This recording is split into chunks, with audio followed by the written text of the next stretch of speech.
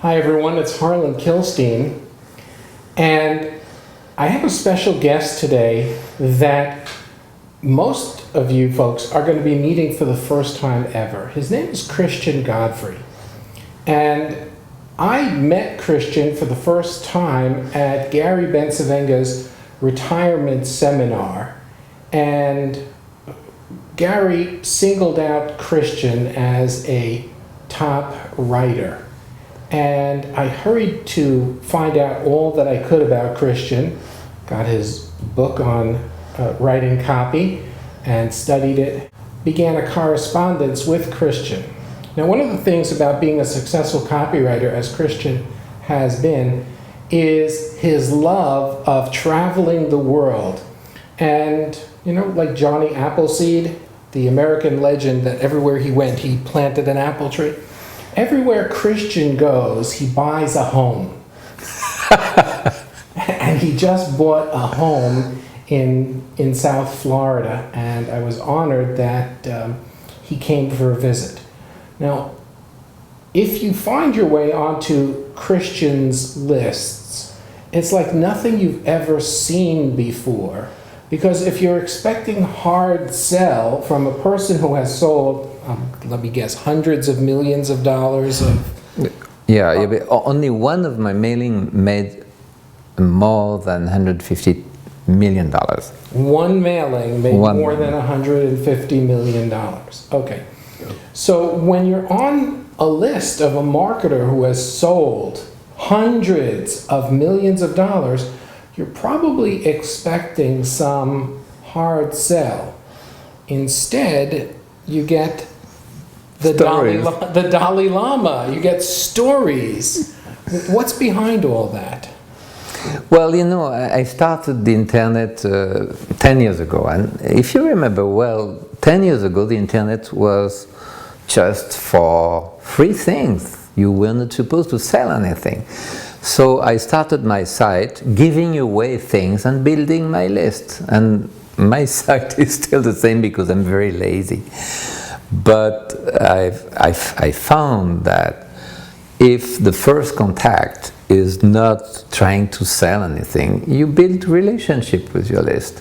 And if one day you offer something, people are listening to you. So I make today more than 3 million a year on the internet, but usually the first step is to get along with someone, tell stories, and the next step is a very interesting one. I'm sure you'd like it. I send a DVD or CD free. I mean, you just put your name, your address, and you receive a CD, and you don't have to pay up front. You pay whatever you like when you receive it. If you like it, you pay. So it's a very soft way to sell, and people like it. Well, that's not standard operating procedure today. No. Okay, but it gets results. Tremendous results. You know,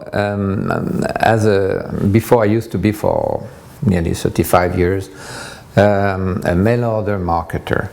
And the bad thing about mail order marketers is that every time you write, you have to pay a stamp, you have to pay the envelope.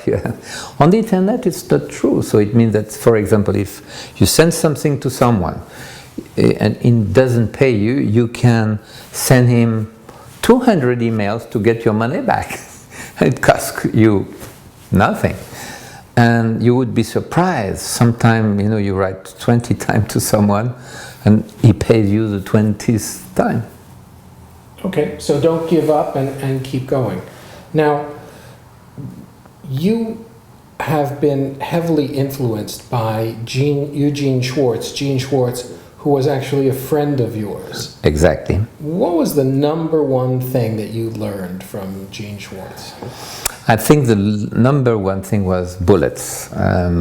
Gene would spend a lot of time writing bullets or extracting bullets from books that he would sell. Usually he used to read a book at least 6 times just to find the sentences that would be good bullets. And some of his mailing are only bullets. It's unbelievable, and he made tremendous success. So I learned a lot from Gene, especially in the structure of bullets. He used to explain me how to steal bullets from People magazines, and I use that. I still use that today, and it works very well. Now, your biggest headline, which you've already clued me in on, some people are calling is the most overused headline in the world, and people are saying that it doesn't work Anymore. Yeah. And now you say that with a smile on your face. How much did that headline make for you personally? I'm talking about the who else headline. I think it made a few $1 million for me, and it made me what I call rich. Before, I used to have debt, and after this headline I had no more debt. But it doesn't work, really. That headline doesn't work anymore. For many people, they say it doesn't work anymore, but it works. It depends how you use it, for sure. Now, every copywriter that I know does a lot of stuff I'll call mind voodoo. Mm-hmm. Okay? Dan Kennedy was a big believer in Maxwell Maltz and psychocybernetics, and Ben Savinga the same, and you the same. The same. Why do you think that is? I think that the main problem that you have when you write copy and when you try to get rich is what I call mental barriers. And all of these writers explain you how to overcome your mental barriers. And I think that's one of the main difficulties in the world, in your life. It's to, for example, I remember I used to be in France. I came to Switzerland and I wanted to buy a house there. And it was 10 times what I used to pay in France. It took me 15 days to get used to the price. I bought it, I paid it, and it was okay. Another example, once I had a tax revision, and I had a huge amount to pay, and I thought, wow, what should I do? Either I tried, to spend less money and, to try to pay every month in small bits. Either I earn more money to pay what I have to pay to the taxes. So in a way, the tax man helped me to overcome my mental barrier of what I could earn. I earned much more, thanks to him. Now, I'm a student of modeling. Yeah. So what's the process that you go through when you break a mental barrier? What's going on? Interesting question. Modeling is a good way. I remember once I met one of the best copywriters in France, well, the best in France, and the guy, at that time I had 45 people in my company. I did very well, but it was painful, And I came here and he was alone in a huge double apartment in front of the sea in Monaco. With a tremendous life. And I thought, wow, it's possible to do that? And I did it 5 years later. I had a duplex in front of the sea and nobody in my company anymore. I didn't go to the office every morning.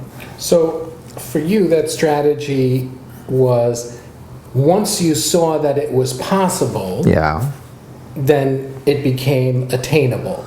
Exactly.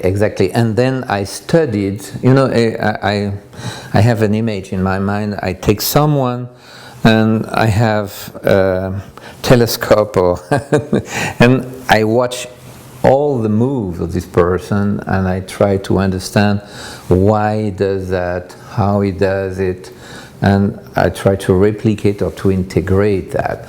An example with the guy, the copywriter I spoke about, I found that he was using sentences that I would never use.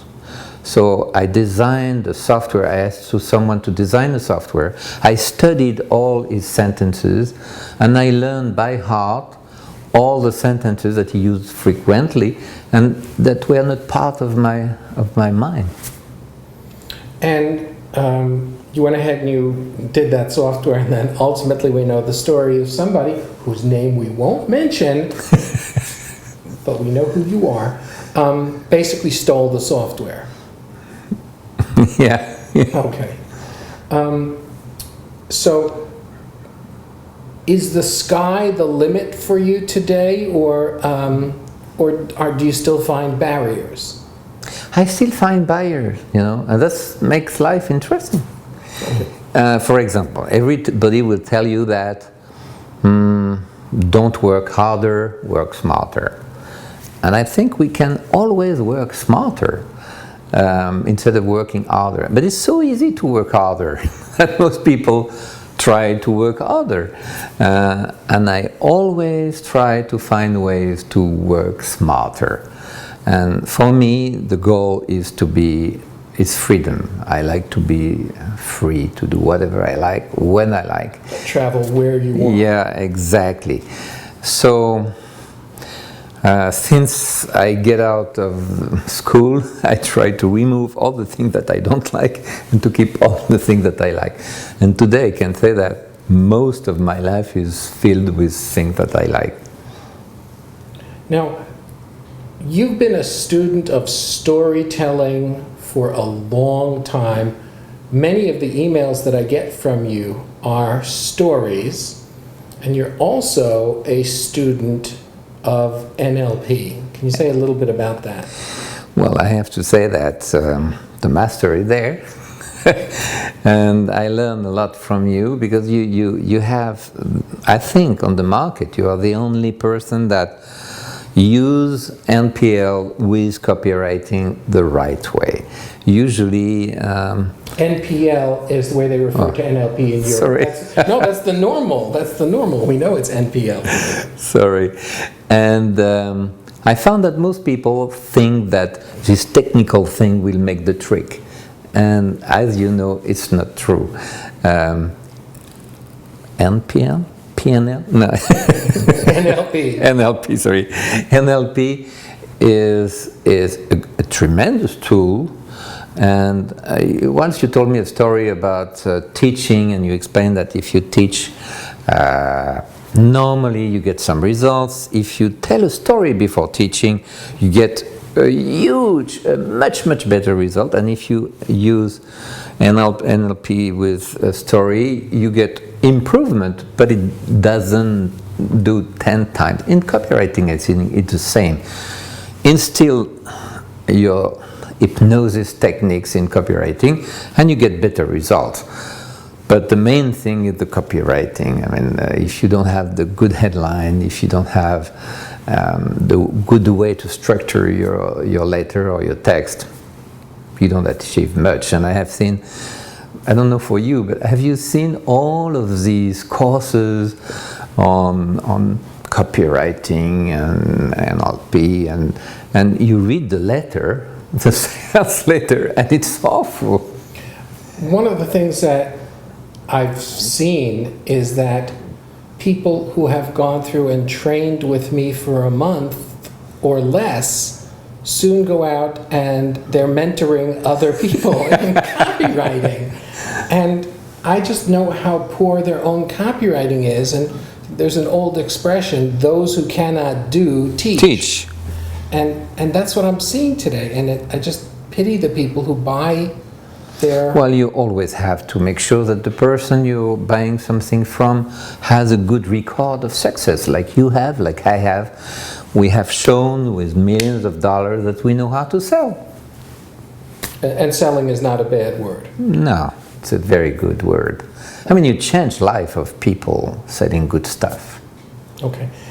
Now, I know that when I put a product on the market, almost the first day, there's going to be an order coming in from Switzerland. It's true. I like what you do, and I'm always curious of what you came the new thing that you came with. And why?